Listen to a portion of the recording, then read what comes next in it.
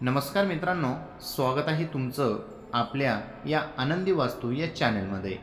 मित्रांनो, ज्योतिषशास्त्रानुसार ग्रहांची स्थिती एका ठराविक कालावधीनंतर बदलत असते। आता मंगळ ग्रह आपली स्थिती बदलण्याच्या तयारीत आहे। मंगळ ग्रहाला शौर्य आणि पराक्रमांचा कारक मानला जातो, त्यामुळे त्यांच्या स्थितीत बदल झाला की राशीचक्रावर परिणाम दिसून येतो। मंगळ हा मेष आणि वृश्चिक राशीचा स्वामी आहे।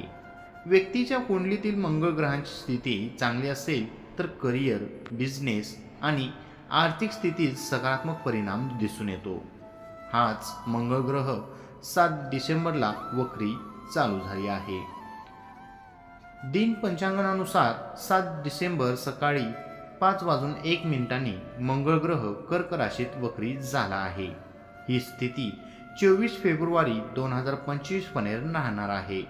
त्यामुळे 9 वर्षातही मंगळ ग्रहाची काही राशींना साथ मिळणार आहे। खास करून 3 राशींचं या स्थितीमध्ये भलं होणार आहे। चला जाणून घेऊया या लकी राशीबद्दल। प्रथम आहे कर्क राशी। या राशीतच मंगळ ग्रह वक्री होणार आहे, म्हणजेच लग्न स्थानात मंगळ वक्री होईल। त्यामुळे या राशीच्या जातकांना आत्मविश्वास दुणावलेला राहील। समाजात एक वेगळी ओळख निर्माण होईल।